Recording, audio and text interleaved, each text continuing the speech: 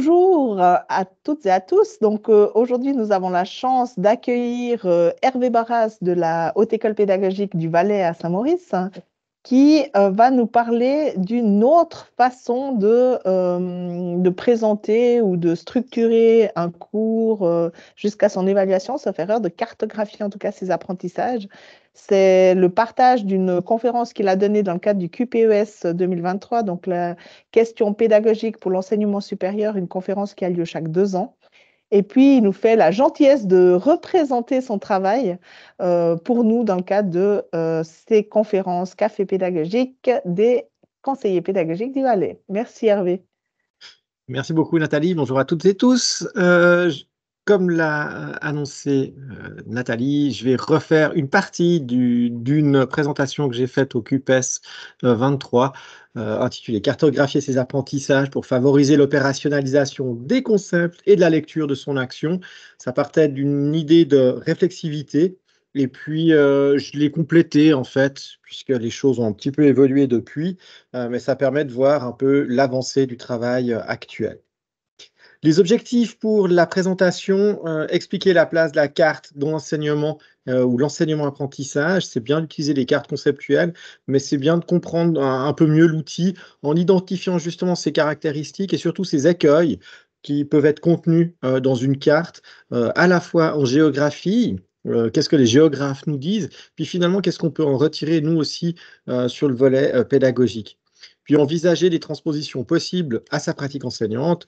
Je vous donnerai quelques exemples liés à ma pratique et des exemples chiffrés par rapport à ces choses. Premier élément qui me paraît intéressant, comment comprendre nos étudiants et vice-versa, ou comment est-ce que nos étudiants nous comprennent. Ce qu'on a dans cette situation, c'est qu'il y a des cadres de référence qui sont propres à chacun, soit les étudiants, soit les enseignants. De ces cadres de référence, on va en tirer des actions.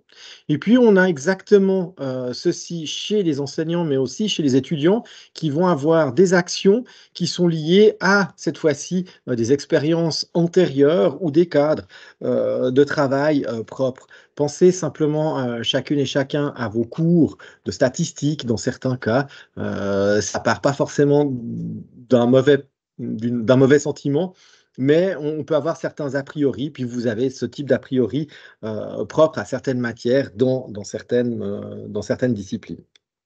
Mais c'est important de le positionner, de savoir où est-ce qu'on est. Ça donne une clé de lecture qui n'est pas inintéressante. L'expérience d'apprentissage, on oppose souvent la théorie et la pratique. C'est quelque chose qu'on entend, qu'on nous rabâche dans nos oreilles, notamment de la part de nos étudiants qui disent qu'on est trop théorique, pas assez pratique et ainsi de suite. Puis c'est peut-être pas l'opposition de l'un et de l'autre qui est intéressante, mais c'est plutôt cette idée de travailler ensemble théorie et pratique, et je reprends des propos de Legendre, où quand on articule théorie avec pratique et réciproquement, on est dans la construction et de la transformation de l'un et de l'autre pour justement personnaliser les apports de l'un et de l'autre et puis de se construire en tant que professionnel. Ça, c'est des éléments qui me paraissent intéressants. Ça nous donne une piste sur qui sont nos étudiants globalement, qui est-ce que nous on est, et puis aussi qu'est-ce que c'est que cette expérience d'apprentissage qui devrait travailler à cette articulation entre la théorie et la pratique. Un élément qui peut nous aider, c'est la pratique réflexive. Et puis, plutôt que de travailler sur la pratique réflexive, je vais me mettre un pas de côté en me disant, bah, tiens, peut-être que la carte, et notamment la carte conceptuelle, pourrait être un outil. Mais avant d'aller dans la carte conceptuelle, on va faire un petit détour, ou un large détour, vers qu'est-ce que c'est que la carte au sens large. Alors la carte, il faut comprendre que c'est déjà une transcription synthétique de la réalité géographique. La carte n'est pas le territoire. Il y a une concentration d'informations, puis on oublie pas mal de choses par rapport à ce qu'on a dans la réalité quand on observe une carte. Ça nous permet de s'orienter, de planifier ou de planifier une action. Avoir une carte permet de se déplacer dans la réalité de manière assez intéressante. La carte joue aussi par rapport à sa précision, notamment l'échelle.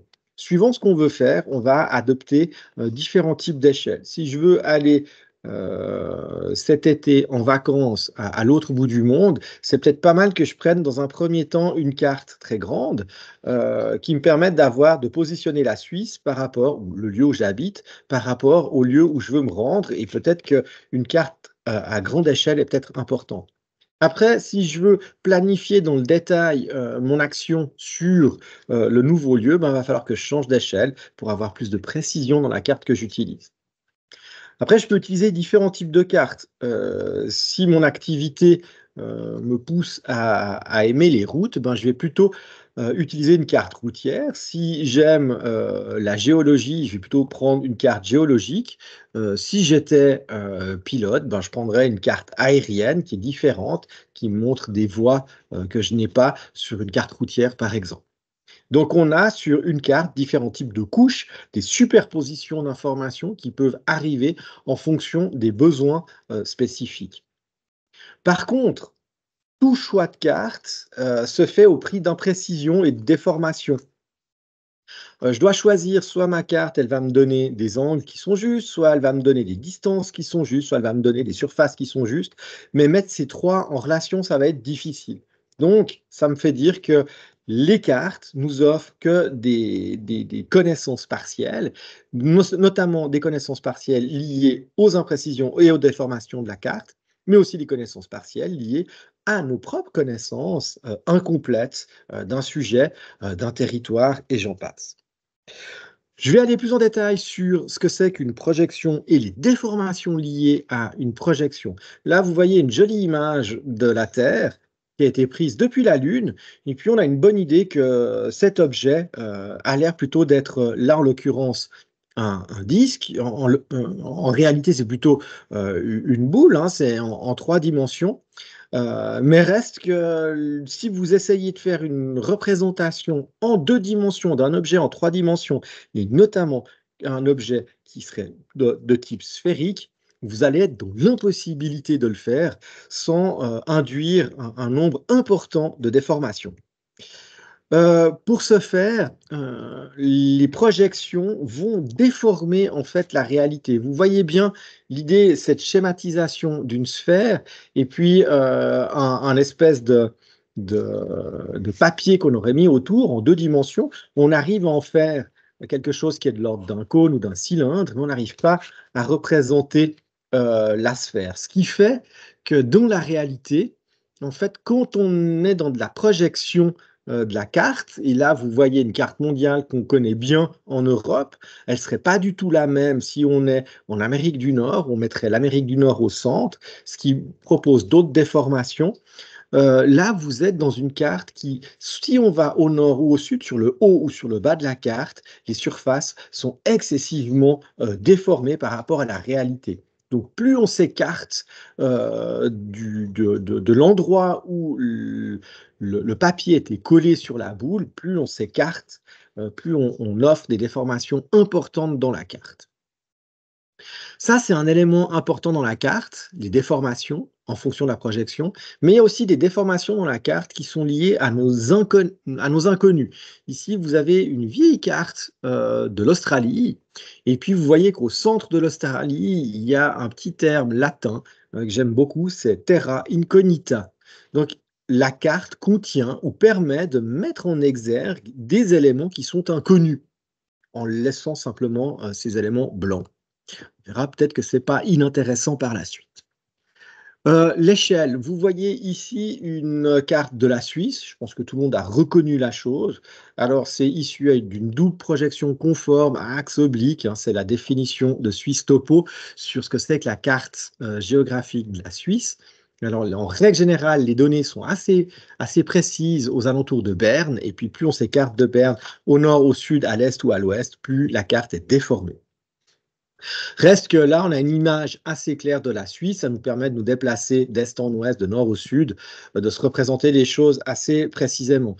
Mais si on veut aller en Valais avec plus de précision, il est peut-être intéressant d'avoir une échelle un peu plus grande de la carte, de se rapprocher en fait du terrain, et puis là, tout à coup, vous avez un nombre de villes qui apparaît qui n'existait pas auparavant. qui n'était pas présente dans la carte. On va se rapprocher de Sion cette fois-ci, puisque pour ma part, c'est quelque chose que je connais, mais j'imagine que l'ensemble de la Suisse et de l'Europe occidentale connaît Sion. Et vous voyez qu'il y a quelques informations sur cette situation géographique qu'est cette ville. Et vous voyez un petit pavé gris qui indique la ville avec quelques éléments assez proches, un peu d'activité alentour, Haute-Nanda, Verbier et j'en passe. Et si on se rapproche, ben, tout à coup, on voit la complexité de l'outil, où tout à coup, on a beaucoup plus d'informations. Tout à coup, on commence à avoir des petites maisons qui apparaissent, on a des informations routières, par exemple, qui nous donnent des pistes sur comment se déplacer en direction de Sion. Et si on se rapproche encore, ben, vous voyez que tout à coup, on a une image un peu plus précise de la ville, avec une urbanisation assez importante de cette ville. Et tout à coup, on peut se dire, ben, tiens, j'aimerais pointer des éléments plus importants parce que je vois, tout à coup, il y a des signes cabalistiques à l'intérieur de cette carte assez particuliers, ces petits ronds avec des points qui marquent des églises. Donc, c'est une information supplémentaire qui est contenue dans la carte, qui n'est pas très précise en termes de lieu, mais qui me permet de localiser un élément particulier. Si on se rapproche encore, tout à coup, là, on voit la vieille ville, et puis on nous précise des bâtiments. Tout à coup, ces bâtiments ont ce petit point avec ce rond avec le point au centre, hein, ce que j'indiquais tout à l'heure comme étant une église. Et puis, si on se rapproche encore plus, on aura des informations supplémentaires. Ici, on a des noms de voies qui apparaissent qu'on n'avait pas auparavant. Et on se rapproche encore. Là, tout à coup, vous avez des numéros de parcelles qui apparaissent au milieu de cette information. Et si on pointe encore plus, on a des informations sur comment la physique du terrain est organisée, parce que ça a été relevé. Donc, on voit que suivant le niveau d'échelle qu'on utilise, on va avoir une information de plus en plus précise ou de moins en moins précise, mais dans les deux cas, on va pouvoir s'orienter de manière très différente en fonction de cette échelle. L'idée de calque, je reprends une carte de Suisse Topo, vous avez reconnu la Suisse, on peut afficher un calque, où vous voyez sur la Suisse, à côté tout à coup un calque un peu bizarre, il y a des couleurs bleues qui apparaissent. En fait, c'est les voies d'accès aériennes sur ce calque. Il existe exactement la même chose pour d'autres informations, telles que par exemple des dangers. Ça nous donne des informations qui ne sont pas inintéressantes par rapport à ce qu'on veut obtenir. Donc, on a avec la carte une multitude de choses qui sont possibles, une multitude d'informations qui sont possibles, qui surexposent et en fonction aussi de la taille de la chose. Ce qu'il ne faut pas oublier, c'est que la carte est une entreprise qui est guidée selon un but. En fait, je dois avoir un objectif et en fonction de cet objectif, je vais pouvoir l'utiliser de différentes manières. Cette carte, elle est conçue pour être utile aux utilisateurs. Hein. Il y a l'idée de pouvoir jouer avec cette chose. Elle doit pouvoir assister le lecteur, dans le sens, si je suis un lecteur naïf dans un pays dont je ne connais pas, la géographie, la carte va me donner une information très précise qui va me permettre de m'orienter dans ce pays. Elle permet aussi de combler l'écart entre le connu et l'inconnu. C'est-à-dire que je peux connaître, comme on l'a montré tout à l'heure, la physique globale de ce que c'est que le Valais, hein, une grande vallée qui va d'est en ouest, ou au fond de laquelle s'écoule un fleuve, le Rhône. Mais peut-être que j'ai des choses que je ne connais pas et la carte va pouvoir combler mon inconnaissance ou ma méconnaissance du sujet. Elle est le témoin d'un savoir ou d'une perception, dans le sens, elle permet de mettre en avant des éléments que j'aurais voulu relever ou rendre plus intéressantes. J'aime bien l'idée que Kate Crawford aborde dans son livre, et je vais vous la présenter comme ceci. Voilà. La carte, en l'occurrence, elle parle d'Atlas, mais je l'ai transformée pour une carte. Ça marche de la même manière. C'est vous cherchez des informations spécifiques sur un lieu particulier.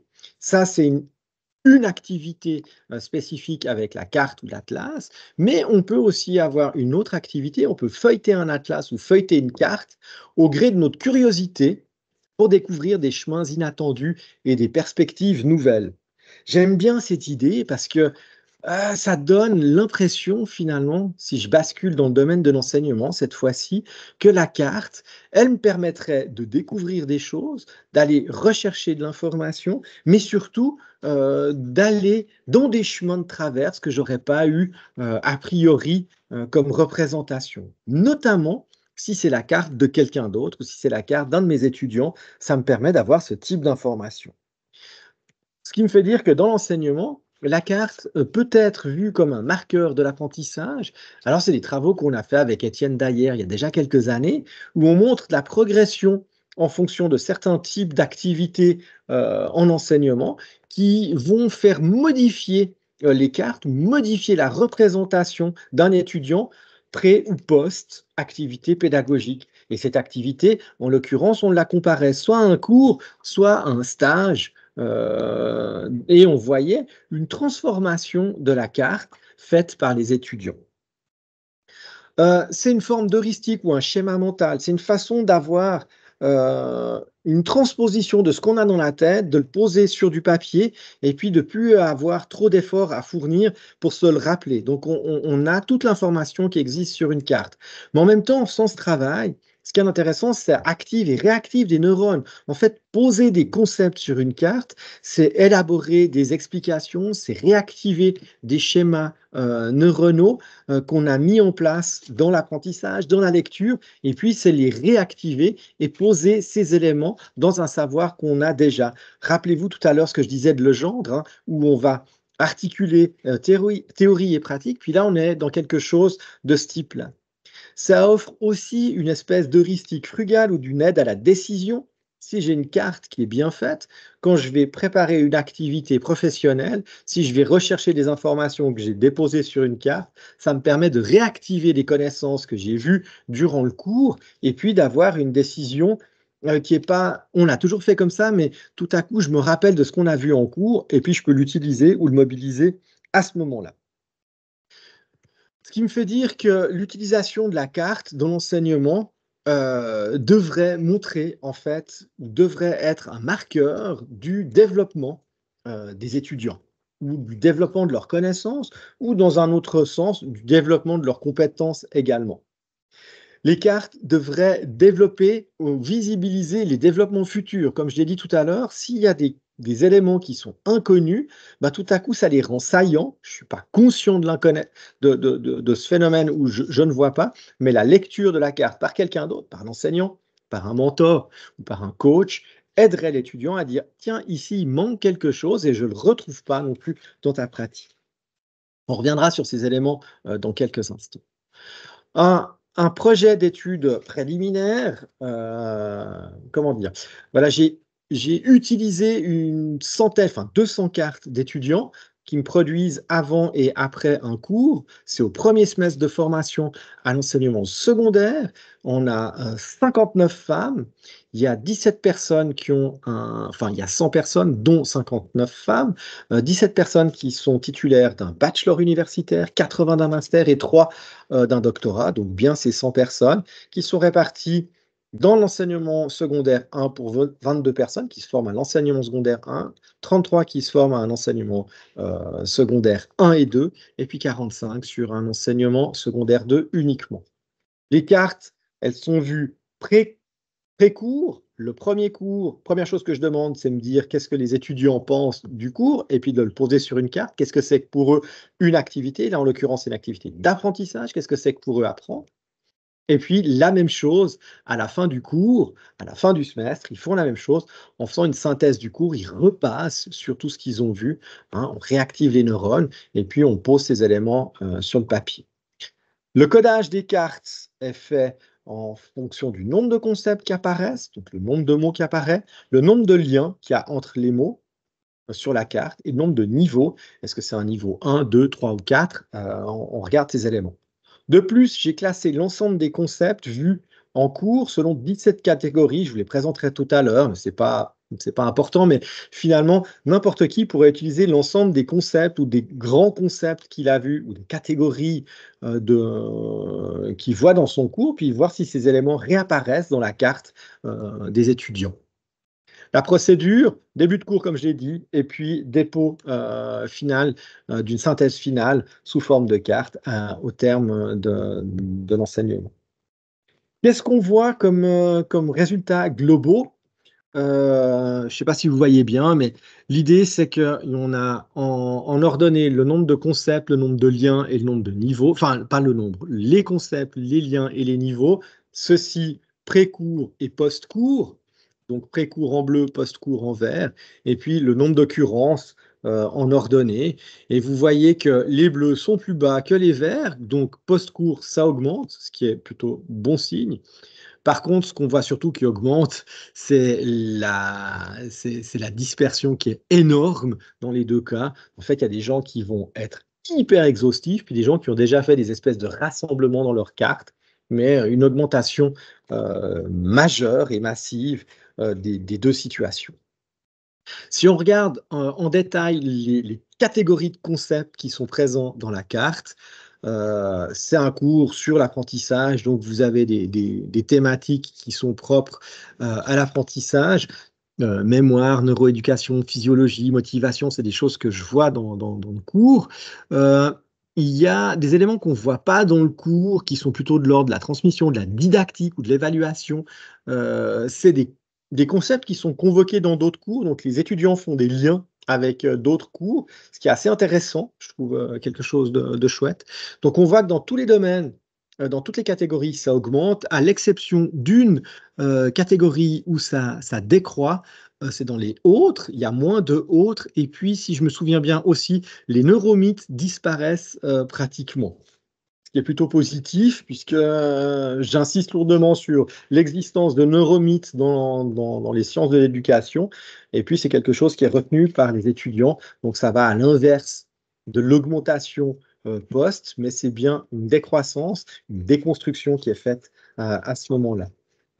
Voyons voir à quoi ça ressemble une carte. J'en ai pris une qui est assez jolie parce qu'on voit que la version pré-cours de ce que c'est que l'apprentissage, ben, c'est pas très développé, on dira ça comme ça.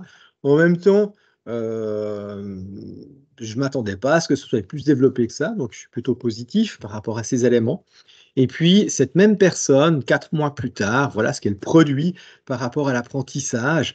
Donc, déjà, une organisation en couleur hein, qui met des grands thèmes, si l'on veut. Puis après, il y a un déploiement en plusieurs niveaux qui expliquent les concepts, les divers concepts vus en cours. Il n'y a peut-être pas une exhaustivité des concepts vus en cours, mais il y a déjà passablement de concepts et on a l'impression que c'est déjà mobilisable. Il y a aussi des liens qui se font entre les différents éléments vus dans le cours et c'est plutôt positif dans l'idée de la compréhension de la matière qui est proposée par cette personne. Une autre façon de voir ces cartes, il m'arrive d'aller observer mes étudiants en cours, je leur demande une planification. Là, on a un exemple de planification. Ce qui est intéressant, ce sont ici les formes sociales de travail qui sont proposées. On voit frontal, aussi individuel que possible, en binôme, en trinôme peut-être, et puis ensuite en retour en frontal à la fin du cours.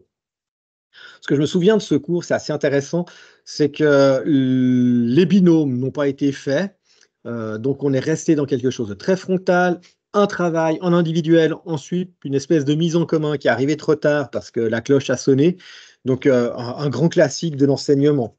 C'est pas grave, hein, c'est attendu de la part de jeunes étudiants en deuxième semestre de formation.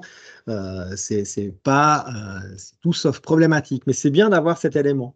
Et quand on regarde la carte conceptuelle de cette personne, en fait, elle voulait véritablement développer l'autonomie de ses élèves et travailler justement sur qu'ils puissent travailler en autonomie, comme je dis. Et ça nécessite ces éléments, notamment des formes sociales de travail qui sont autres que l'individuel, mais travailler en groupe de 4, de 6, de 8 ou plus ou moins.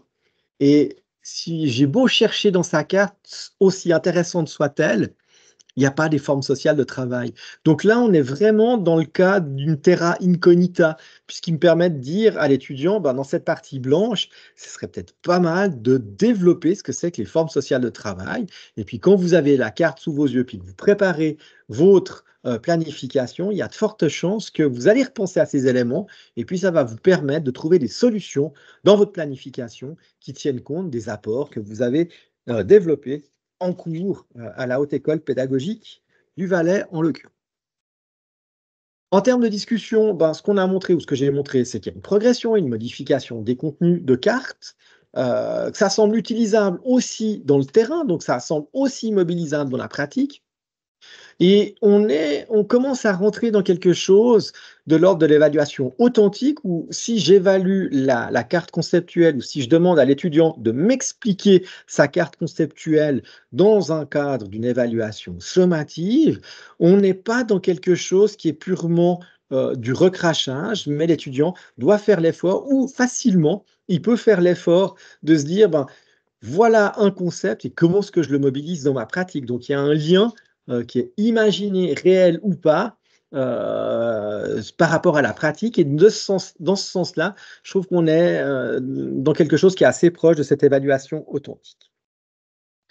En termes de conclusion, ce que je pourrais dire, l'outil carte nous permet de rentrer en partie dans la compréhension de l'étudiant. Quand on observe ces cartes et qu'on discute avec l'étudiant sur son activité professionnelle, bah, ça donne une image, à défaut d'être une image précise, mais on a l'impression un petit peu de rentrer dans le cerveau ou dans la compréhension de cet étudiant. Vous aurez compris que l'outil carte est réutilisable ou mobilisable dans une pratique professionnelle, de se dire, bah, voilà, dans cette activité professionnelle, ce que j'ai fait, bah, je me suis basé sur cette carte, et puis on voit que ces éléments ont été mobilisés. Et c'est en règle générale plus facile d'aller rechercher de l'information dans une carte que d'aller rechercher une information dans un livre, dans le sens où si je fais des résumés très longs, dans un résumé textuel, c'est des fois très difficile de retrouver l'information, même si c'est des petits points, des mots-clés qui apparaissent, mais le côté réseau par carte, lien, est un plus, semblerait-il, intéressant. Et on l'a vu, ça marque aussi le développement de l'apprenant entre qu'est-ce que je pense au départ et où est-ce que j'en suis à un moment donné dans la formation. Dans mon cas, qu'est-ce que je pense au début du premier semestre et qu'est-ce que je pense à la fin du premier semestre sur un objet qui a été travaillé en cours. Et puis, ça ouvre également à la réflexivité, comme je l'ai initié tout à l'heure. Vous voulez travailler sur l'autonomie des étudiants. Je me rends compte que vous ne travaillez pas sur les formes sociales de travail. Bah, peut-être qu'il y aurait un lien à faire entre les choses, entre les deux. Et puis, c'est quelque chose qui manque. Bah, peut-être aller développer par vous-même ce travail de sorte que vous puissiez développer votre propre autonomie au travers de cette activité. Donc, ce qu'on peut dire, c'est que la carte conceptuelle offre des possibilités intéressantes dans l'enseignement. Elles sont alliées aussi dans la professionnalité, puisqu'on est en haute école spécialisée pour la HESSO ou pédagogique, donc on recherche la professionnalisation de nos étudiants. Et dans ce sens, ça nous offre un outil qui est intéressant et mobilisable avec nos étudiants dans différentes parties de notre dispositif et cursus de formation. Voilà ce que je voulais vous dire sur ces cartes conceptuelles. Je vous remercie de votre attention. Merci beaucoup Hervé pour ce tour de carte, ce tour de Suisse qui nous a ramené au Valais. C'est formidable, on est ancré, c'est parfait. Je vais commencer la session questions-réponses et peut-être qu'après on désactivera l'enregistrement. Je suis obligée de rebondir. Je sais que c'est un sujet qui te passionne, les neuromythes. Typiquement, moi, je sais que mon cerveau gauche, cerveau droit, on peut discuter, hein, mais fonctionne très, très bien avec ce type de carte. Ça veut dire que j'aime synthétiser par mots-clés, structurer par niveau. C'est quelque chose qui me convient très bien. Est-ce qu'on peut imaginer, parce que là, j'ai l'impression que tu l'as fait sur une cohorte complète et avec tous les étudiants, qu'il y a des étudiants à qui ça ne parle pas ou qui souffrent par rapport à ce type de présentation? Alors, s'ils souffrent, c'est parce que c'est un manque d'habitude. C'est la même chose que quand on dit aux gens il faut faire 10 000 pas par jour. Au départ, c'est douloureux. d'aller faire ces 10 000 pas. C'est une question d'habitude. Et c'est pas parce que c'est douloureux qu'on doit s'empêcher de le faire. Première chose. Deuxième chose, je laisse la possibilité aux étudiants de faire autrement, mais ils rentrent assez facilement dans l'outil. Après, on peut offrir des étais qui ne sont pas inintéressants, notamment des étais de type numérique. Il existe des outils de construction des cartes qui sont plus ou moins intéressants. Actuellement, en 2024, Miro reste un outil qui est chouette avec tous les écueils de ces outils online dont on ne va pas parler ici, mais ça offre une possibilité qui est intéressante avec beaucoup de souplesse. Finalement, c'est un peu comme l'utilisation de PowerPoint il y a 20 ans, quand les gens passaient à PowerPoint, ils faisaient quelque chose de vraiment mieux. Pourquoi? Parce qu'il y avait un petit côté ludique. Et la carte conceptuelle permet d'avoir ce petit côté ludique également, j'ai l'impression. Dans ma pratique, ça fait une dizaine d'années que je force mes étudiants à le faire. Je suis rarement arrivé à des stades où les gens refusaient. Peut-être une ou deux personnes, mais souvent, ce que j'observe, il y a des gens qui vont mettre un peu plus de texte que d'autres, quoi, mais c'est assez rare, quoi. Ils rentrent assez facilement dans l'outil. Ils y voient vraiment des gains, ça prend pas tellement de temps de le faire, et puis ça organise bien la connaissance, quoi. C'est vraiment un outil puissant de ce point de vue-là. Et c'est pas une question de cerveau gauche ou de cerveau droit, hein. Là, en l'occurrence, ça n'a rien à voir. Les deux hémisphères sont bien,